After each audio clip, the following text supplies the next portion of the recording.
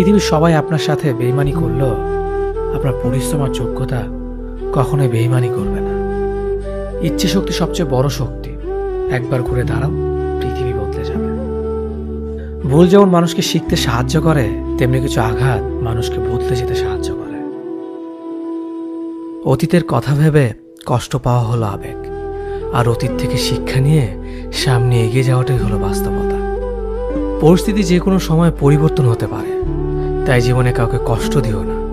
আজ হয়তো তুমি শক্তিশালী, কিন্তু একটা কথা মনে রেখো, সময় তোমার থেকেও বেশি শক্তিশালী।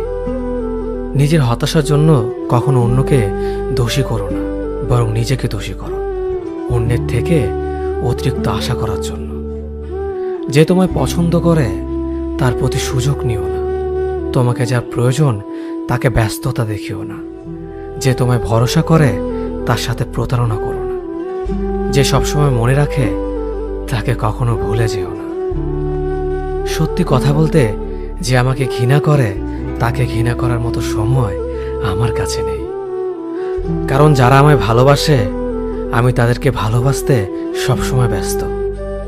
একটা সময়ের পর আমরা বুঝতে পারি আবেগ দিয়ে কখনো দুনিয়া চলে না, আর বাস্তবতা কখনো স্বপ্নের মতো হয় না।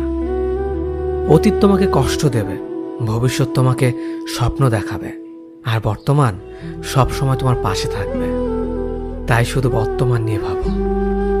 মানুষকে তোমার দুর্বলতা বুঝতে দিও না, কেননা মানুষ তোমার